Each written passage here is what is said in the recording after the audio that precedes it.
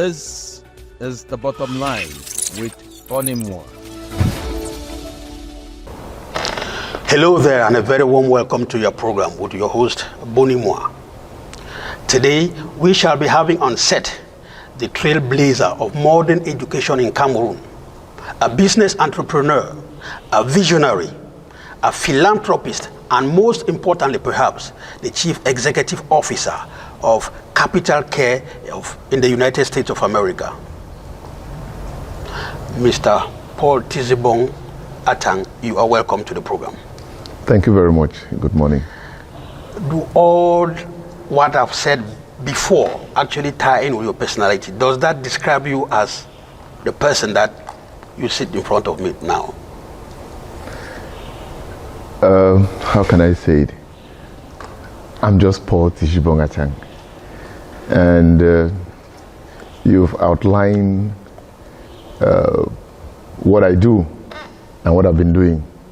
I don't know whether it's me or it's not me, but all I know is that it's the grace of God. And that's the big person behind everything I do, God. Yes, as I said in the introduction of this conversation, that you are a trailblazer in modern education in Cameroon. You have put in place an educational project called the St. Mary's International College. And of course, there's the University Institute. Where was that motivation got from? I went to Sacred Heart College, as you know.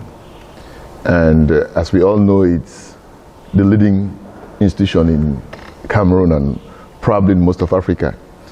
And over the years, I realized that Cameroonians, parents, are yearning for quality education. Things have been going down. I studied at the University of Ibadan and studied in the US as well. And I could gather different experiences from all the schools and the countries I've visited to bring back to my country, Cameroon.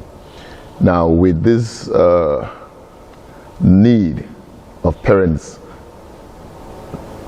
to having a good institution where they could send their kids, I realized that I could merge the various ideas into one institution here at home, so that we will be looking inward rather than outwards. Many parents, as I know, have been sending their kids to schools in Nigeria, Ghana, Rwanda, and struggling to send them overseas. But I said to myself, if I could bring what I've lived and learned elsewhere back home, that will help these parents to keep their children back at home and grow with them, and they will not be missing out in any aspect in their growth. The facilities and infrastructure that we have here are definitely world class. I mean, were you not afraid of the present context of insecurity around here to set up this infrastructure?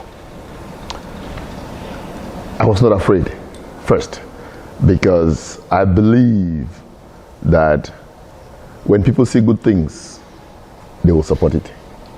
And that has been my experience ever since I started this project. Of course, I didn't take the grace of God for granted. I prayed, and after praying, I got my hands to work. And to my greatest surprise, everybody has been pleased and impressed with this project, because everybody's taking ownership of the project, and that is what we need. And that's what is seeing it through. When you talk of praying and walking, which one comes first, the walk or the praying? The praying comes first. The praying comes first because I put my faith first. And then I don't only stay with the prayers, I have to put the work after the prayers.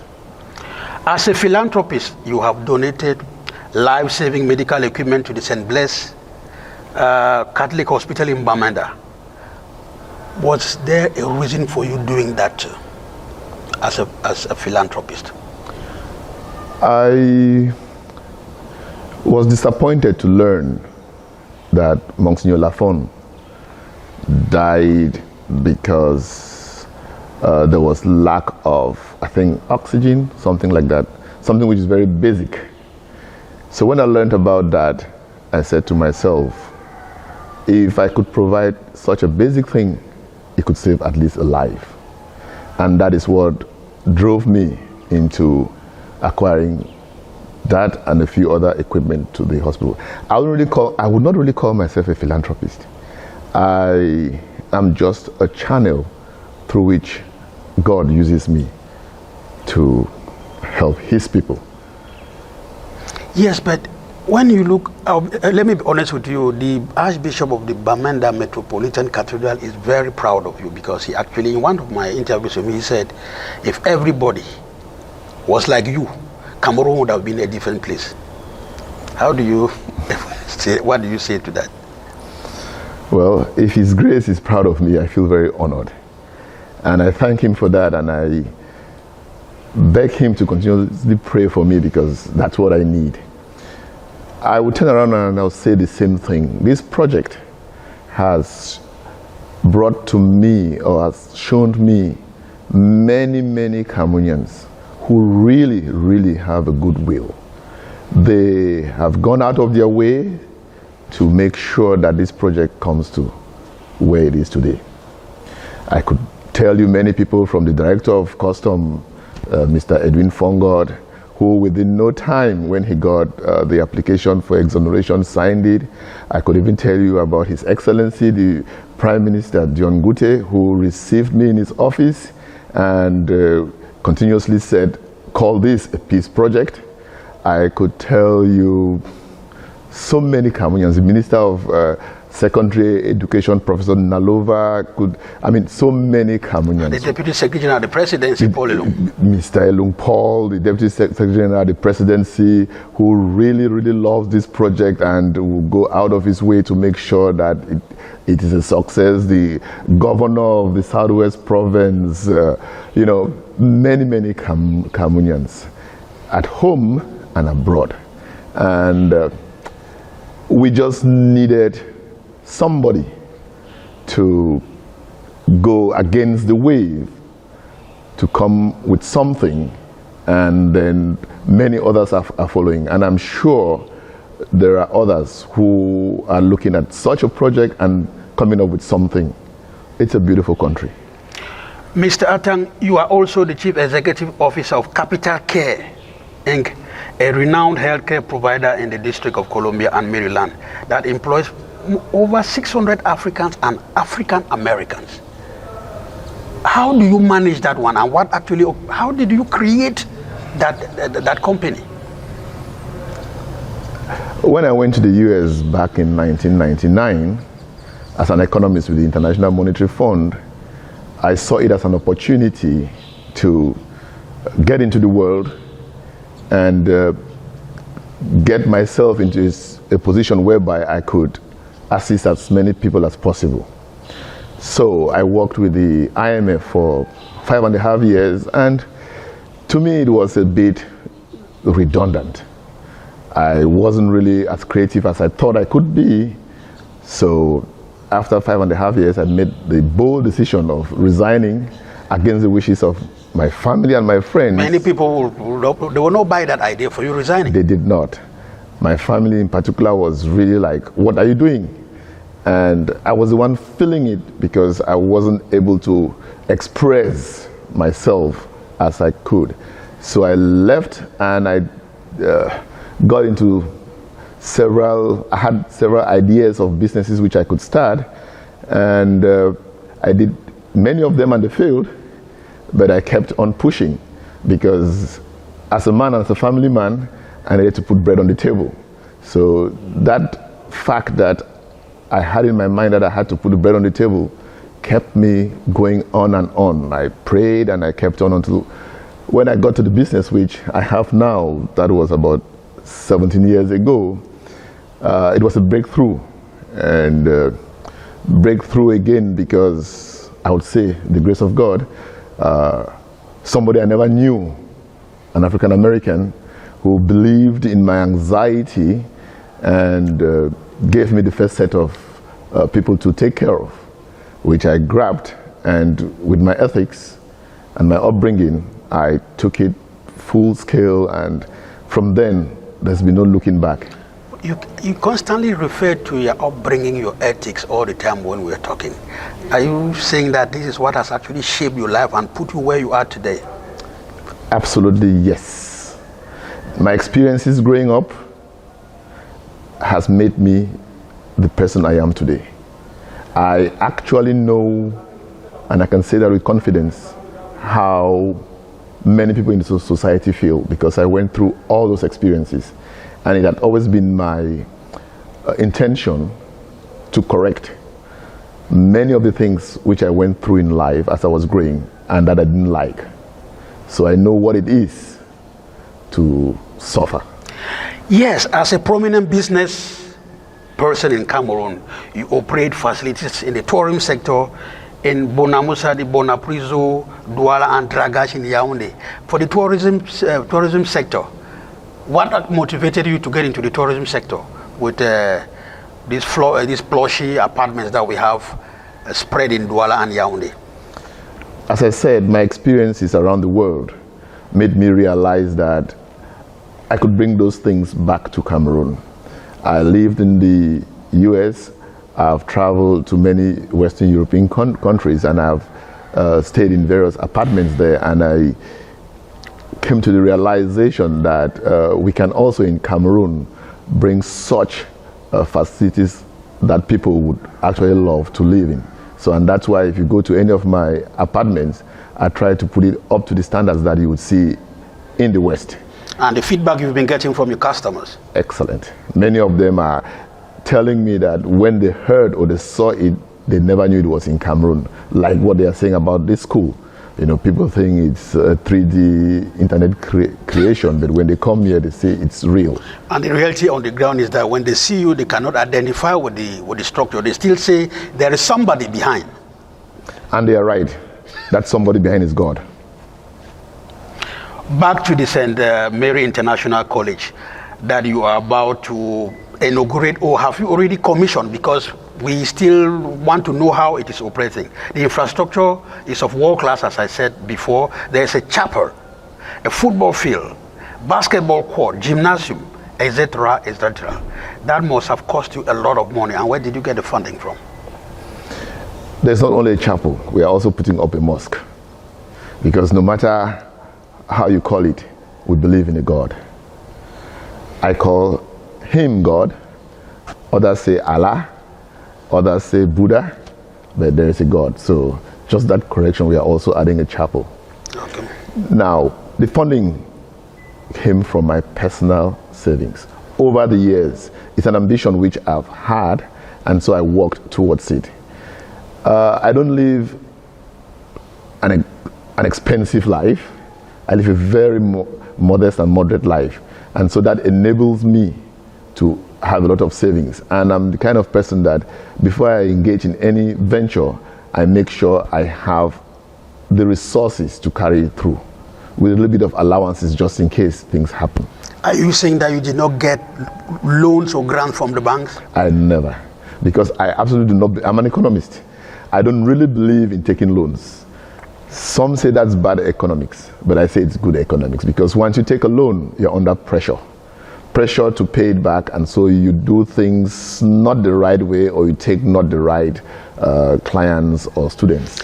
But taking a loan too is for your credibility, because people know that this is a viable structure that is based here and they got loan from here, and we actually see him functioning. If you just come up with a project like this without taking loans, then I think that maybe you have some background deals.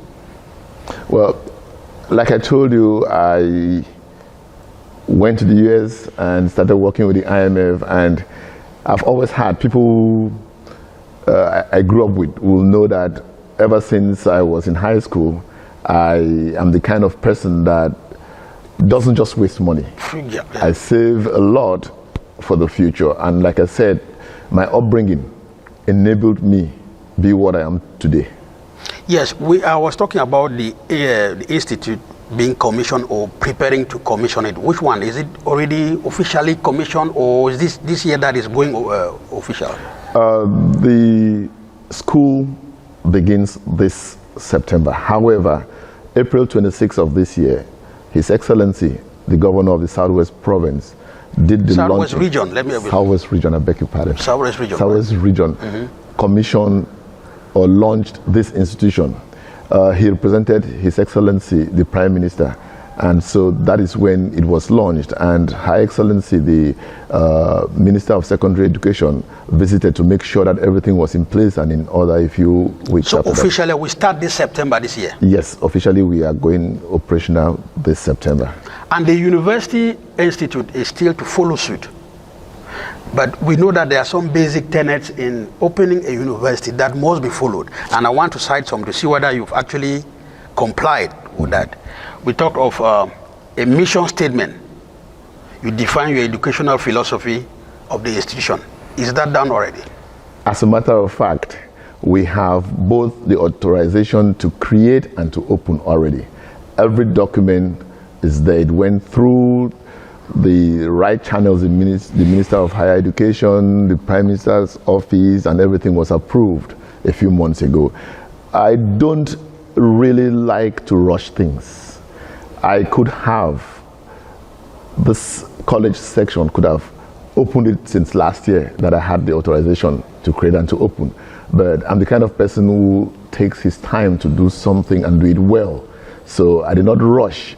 I took this year to get the pedagogical aspect of the school in order, in place, so that once we launch in September, everything will flow with efficiency. And that's the same way I'm doing with the university. I had the authorization like 3 months ago, and it's not a matter of rushing, it's a matter of quality. So beginning November, once the college has settled for a few weeks, we will start hiring and putting in place every aspect of the university, so that come next year, middle of next year, we would launch, we'll open the university. For people watching us on television now, you are telling me that the University Institute will actually be operational next year? Yes. Middle of next year? Yes. Yes, and I want to come back to the description of you in some quarters. Some people say you are a worthy son of Cameroon, who is always seeking solutions to the country's and continent's problems. How true is this description? A worthy son of Cameroon, always seeking solutions to the continent's and country's problems. How true is this? I agree with that. I agree with that, because oftentimes we criticize even when we don't know the solution, even when we know the solution and we don't help in giving the solution. So I'm the kind of person that I see a problem and I try my best to fix it, because at the end of the day, this is our country. We don't have any other country but this country. Yes, and we know that you are a part of the diaspora. We know that there are some people in the diaspora who are actually following the flames of violence, anger in Cameroon. When you meet them, what do you tell them? I mean, because we are going through some very trying moments in Cameroon because of part of the diaspora. I'm not saying you, but part of the diaspora. So what do you tell them when you meet them? It is so true. What you said is so true.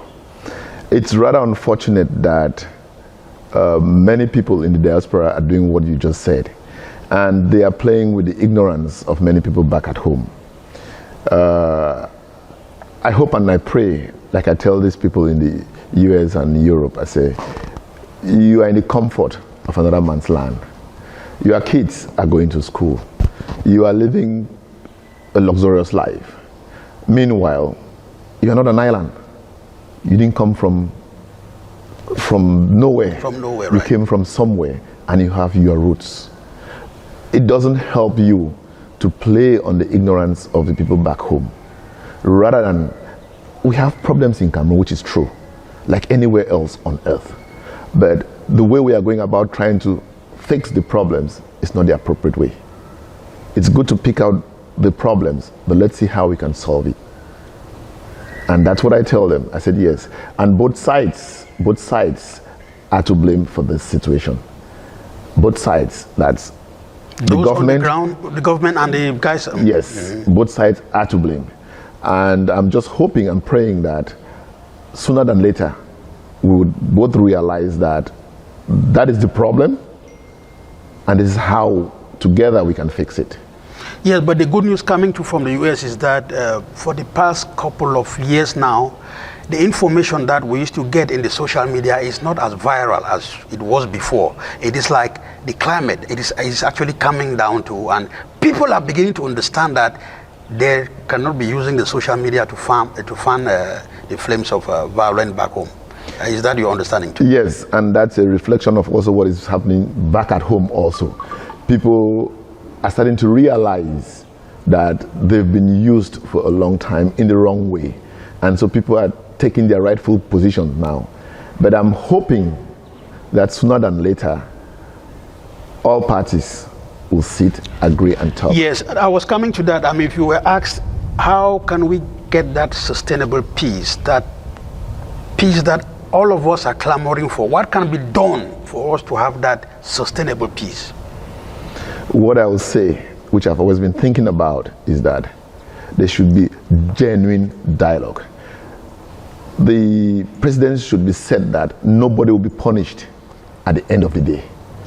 If you tell all sides that come and let's talk, how we're going to fix this country, knowing that you are not going to go to jail, you're not going to be punished because of your honesty. I believe that people will come and talk, and then everybody will sit and agree on the way forward. But once people are scared that they will be locked up, or they will, like some who are in the diaspora feeling that they have been blacklisted, they cannot come to Cameroon. Yes, if they know honestly that they would come, sit and talk, and even people within Cameroon knowing that they would talk, whether they are in the government or not in the government, they would talk, bring back whatsoever they can bring back to this country, right? And then we'll fix it without any negative consequences. I believe that things will change. I know you are not a political actor per se, but we know that we have elections that are coming up next year in Cameroon, presidential elections. What is your take on that? My take on that is that personally, I don't really care who is the president of the country. I don't really care. What I care is for my local community. I would always advocate for a smaller government. Let whosoever is the president provide us with infrastructure and security, and let the private citizens run the businesses. And it is also been mooted in some quarters that this is the time for an English-speaking Cameroonian to become a president of this country, or that an Anglophone, somebody from the English-speaking extraction background, should be president of Cameroon. What do you say about that? That's a point of view which I respect. But I'm not of the school of thought of that it is my turn or your turn. Let it be whosoever is qualified to do the job, and that can do the job. It can be an Anglophone, it can be a Francophone. It's going to be a Cameroonian, right? But I want whosoever is qualified, that has the passion. Personally, going through history, if you look at the Asian countries, they are where they are today because they had benevolent dictators. I am for that. I am for a leader that will force onto us what is good. Because at the moment, we are where we are because we need such a benevolent person who is a dictator that will push us into doing what we have to do. Yeah, because when we look around, we have urban disorder, we have the roads that are in bad shape, everybody thinks he or she can do it, but if somebody comes who can tell us this is how to be, it has to be done, and we follow it, is that what you're saying? That's what I'm saying, and that's what Mao did in China in the late 70s. You want a loan for business, he will give you the loan, but gives you conditions. If you don't meet those conditions, you are locked up. We need those kinds of leaders. And with all the projects that are functional now, or that are still in the pipeline, it's like we have not heard the last of you. There are still things to be done. If God gives me life, yes. But there are some people in Bamenda, your northwest, where you come from, who think that maybe you don't really think about them, that things like this too would have been done in Bamenda or somewhere else too in Cameroon. My primary residence is in Bamenda. I spend 3/4 of my time in Bamenda. Yes, truly. Someday, my intention is to put something like this in Bamenda. I actually spoke with the chief of Bamenda Nkwe, who is showing me some pieces of land. Truly, we have to decentralize things. We don't have to put everything only in one particular area, yes. So those plans are in the pipeline. And this structure, when we look at this code, it is like the fees, and those who will be coming for enrollment will be like children of the big guns, maybe the spoiled children. How will you filter them? I mean, for them to know that where they are coming, it's a place of education and nothing but education. I beg to differ with the idea that students that are going to enroll here are those of the big guns. You will be surprised that Cameroonians, parents, responsible parents, of which many Cameroonians are willing to actually pay for the education of their kids. We are not charging anything high. People talk of the fees being prohibitive in the tune of about 3 million francs. If you consider the fact that there are day schools in Douala and Yaoundé, 7:30 to 3 p.m., that they pay 7 million francs, and they don't have a quarter of the facilities that we have here. They've not invested as much as we've invested in training the teachers, then you would see that it's a giveaway. And again, rather than having a low quality education for your child and charging peanuts, we rather give them quality education that they will be competitive with the rest of the world, because that's the objective. You know, we have to show that the Cameroonian child can do better than the Chinese or the American. Why should a child, or a student, choose to come here at the St. Mary's International College than going elsewhere to Sacred Heart, St. B, to other places? Do you have opportunities for jobs after they must have completed here, or maybe for further education? Okay, you know, at the dawn of independence, the educational system that was brought to Africa was to train us to be secretaries. And we are moving away from that mentality. This institution is focusing mostly on creativity, on bringing out the best of the students. We are not creating employees here. We're not going to train employees. We're going to train employers, people that can be creative and useful to themselves and to the society. So just that thinking, just that idea encourages parents and the students to come here, because they're going to explore their minds and they could explore the world. Yes, but one would have thought that maybe emphasis would have been put on technical education, vocational and technical education, than the general education that maybe we did in the past. Yes, and that is why we have a very strong technical and commercial section, because the world as we know it now is technical education. When we're growing up, the students who went to technical schools, especially us, the Anglophones, were the dull ones. That's true. You know, if you didn't do well, your father would say, I'm going to send you to technical school. Meanwhile, that is what runs the world today. And that is why many parents are focusing on that, because it helps the kids become productive to themselves and the society. Thank you for talking to The Bottom Line. Thank you very much.